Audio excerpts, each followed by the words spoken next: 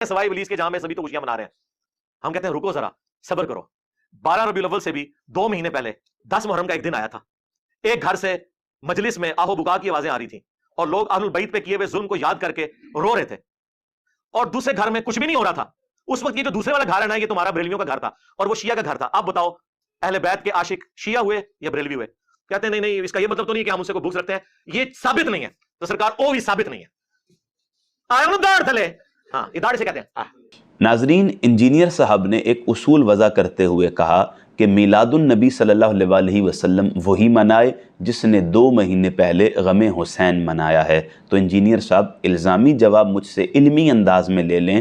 رکیں ذرا، صبر تو کریں. میں آپ کو بتاتا ہوں اہل سنت کے حقیقی منہج پر چلتے ہوئے ہم ہی ہیں کہ جو آج میلاد النبی صلی اللہ علیہ وسلم منا رہے ہیں تو 2 مہینے پہلے غم حسین بھی منا رہے تھے. اگر آج میلاد النبی صلی اللہ علیہ وسلم ائمہ و محدثین کی نظر میں کیا تھا اس کی اہمیت کو بیان کر رہے ہیں تو ہم ہی تھے جو 2 مہینے پہلے سیدنا اسماعیل علیہ السلام سے لے کر امام حسین تک جو ذبح عظیم ہونے کا فلسفہ ہے اسے بیان کر رہے تھے. اگر آج ہم فرحت القلوب فی مولد النبی المحبوب کے نام سے محافل میلاد کا انعقاد کر رہے ہیں تو 2 مہینے پہلے مرج البحرین فی مناقب الحسنین کے نام سے اپنی محافل کا اہتمام کر چکے ہیں.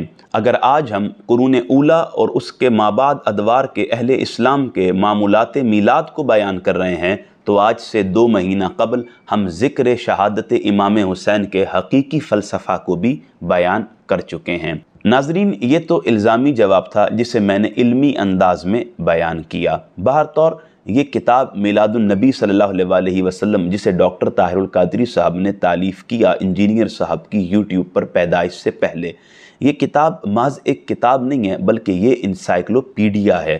اس میں صرف نبی رحمت کے زمانے کے بعد کے احوال میلاد کے حوالے سے بیان نہیں کیے گئے بلکہ جناب آدم سے لے کر سیدنا عیسیٰ علیہ السلام تک نبیوں اور رسولوں کے احوال زندگی سے میلاد النبی کی مناسبت کو بیان کیا گیا. اسی طرح حضور علیہ السلام کے زمانے سے لے کر ائمہ و محدثین تک میلاد کے حوالے سے جو معمولات تھے اس کتاب میں انہیں بھی بیان کیا گیا. پھر اکابرین امت کا کیا منہج تھا اور میلاد کے حوالے سے ان کے حوال و واقعات کو اس کتاب میں بالتفصیل ڈاکٹر طاہر القادری صاحب نے بیان کیا. اسی طرح مولد النبی عند الائمۃ والمحدثین، صرف ائمہ و محدثین کی نظر میں میلاد النبی صلی اللہ علیہ وسلم کا کیا مرتبہ اور مقام تھا اور کس طرح سے وہ اسے سیلیبریٹ کرتے تھے، ڈاکٹر طاہر القادری صاحب نے اس کتاب میں ائمہ و محدثین کے میلاد کی مناسبت سے احوال کو جمع کیا.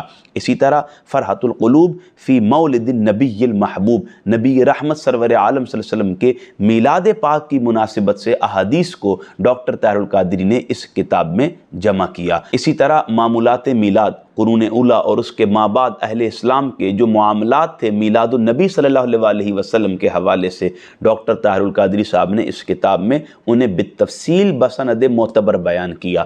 یہ ساری کتابیں پڑھنے سے تعلق رکھتی ہیں. صرف اعتراض کر دینا، صرف کردار کشی کے لیے جملے اپنی زبان سے کس دینا میرے خیال میں بہت آسان ہوتا ہے، لیکن علمی انداز میں، تحقیقی انداز میں، قرآنی، نبوی اور صحابہ کرام کے طرز اسلوب کو بیان کرنا یہ میرے خیال میں مشکل ہوتا ہے. 2 جگہوں پر تقابل کر دیا جائے تو یقیناً کسی ایک کے پلڑے کو بھاری کرنا ہوگا، کسی دوسرے کے موقف کو جھکانا ہوگا. لیکن اگر علمی انداز میں بات کی جائے اور موازنے کی کیفیت کو پیدا نہ کیا جائے تو حقیقت لوگوں کے سامنے آ جاتی ہے. اللہ پاک ہمیں عمل کی توفیق عطا فرمائے.